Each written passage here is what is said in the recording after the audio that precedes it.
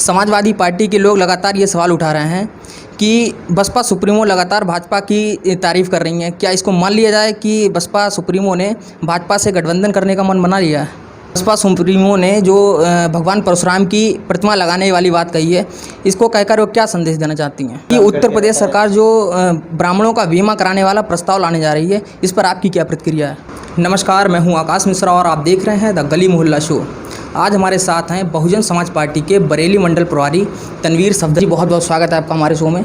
तनवीर जी, सभी राजनीतिक दल एक दूसरे पर जातिगत राजनीति करने का आरोप लगाते हैं, लेकिन सत्ता जाते ही सभी विपक्षी दल ये कहने लगते हैं कि वर्तमान सरकार में दलितों के साथ अन्याय हो रहा है, मुसलमानों के साथ अन्याय हो रहा है या ब्राह्मणों के साथ अन्याय हो रहा है। क्या ये कहकर जातिगत राजनीति को बढ़ावा नहीं दिया जा रहा है?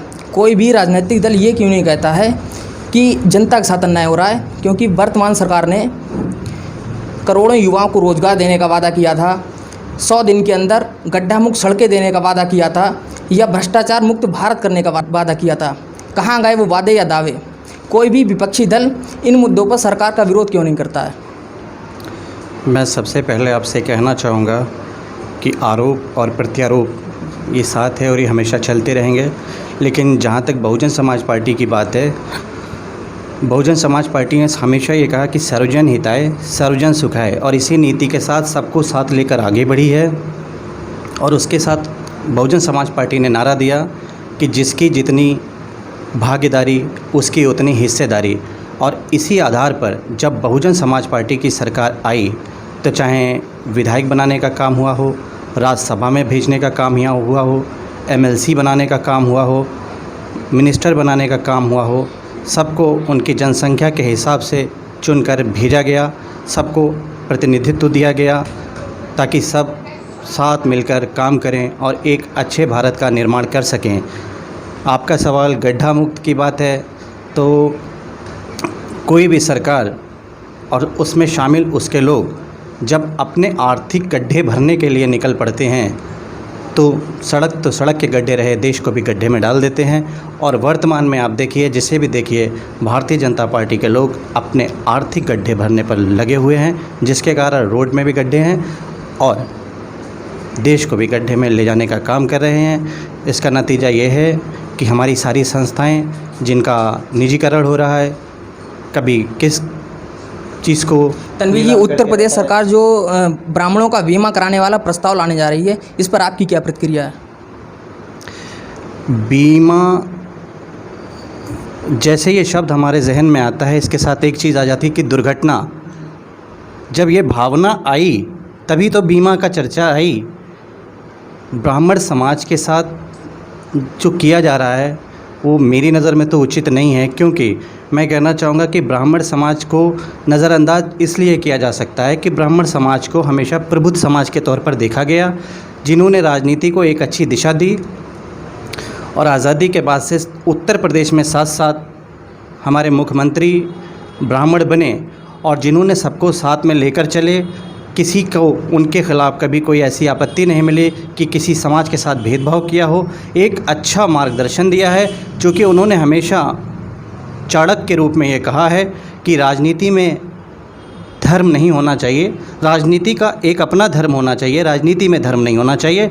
और इसी पे उन्होंने अंकुश रखते हुए आज तक सियासत में अपना किरदार निभाया है। लेकिन जब सरकार निरंकुश हो तो किसी तरीके का अपने ऊपर अंकुश नहीं चाहती है, इसीलिए वो नज़रअंदाज करती रही है। और मैं उनको समझा देना चाहता हूँ कि अगर एक ब्राह्मण चाणक्य के रूप में अपने पर आ जाए तो वो कभी भी चंद्रगुप्त बना सकता है। और आज इतने ब्राह्मणों के साथ जो खिलवाड़ किया जा रहा है, ये ठीक नहीं है। जब बसपा सुप्रीमो ने जो भगवान परशुराम की प्रतिमा लगाने वाली बात कही है, इसको कहकर वो क्या संदेश देना चाहती हैं? सबसे पहले तो चूँकि मैं शाहजहाँपुर से हूँ, उनका धन्यवाद अदा करूँगा और मैं तो चाहूँगा कि इसको जल्द से जल्द किया जाए। चूँकि मैं शाहजहाँपुर से आता हूँ और भगवान परशुराम जी की ये पावन भूमि है, उनको नमन करते हुए मैं बहन जी का धन्यवाद देना चाहता हूँ कि उन्होंने अच्छा डिसीज़न लिया। समाजवादी पार्टी के लोग लगातार ये सवाल उठा रहे हैं कि बसपा सुप्रीमो लगातार भाजपा की तारीफ़ कर रही हैं। क्या इसको मान लिया जाए कि बसपा सुप्रीमो ने भाजपा से गठबंधन करने का मन बना लिया है? कुछ तो लोग कहेंगे, लोगों का काम है कहना, छोड़ो बेकार की बातें, हमें मुद्दों से नहीं है बहना। आप मुद्दे की बात करिए, मैं मुद्दे का जवाब दूंगा आपको। तन्वी जी, मुलायम सरकार के समय जो बसपा सुप्रीमो का रवैया आक्रामक रहता था, वह रवैया इस समय कहीं भी आक्रामकता कहीं भी दिखाई नहीं देती, क्या इसको माना जाए?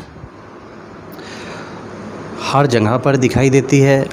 जब भी मुद्दों को उठाने की बात हुई हो तो बहुजन समाज पार्टी की मुखिया कभी पीछे नहीं रही हैं और रोज़ अपनी आवाज़ को बुलंद किया है।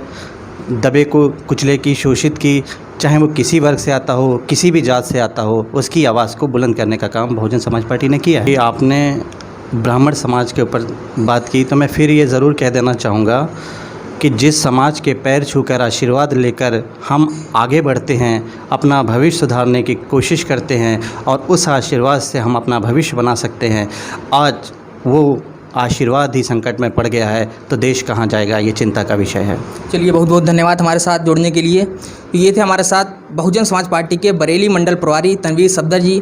इसी तरीके से और भी इंटरव्यूज़ और जनता की राय जानने के लिए देखते रहिए द गली मोहल्ला शो।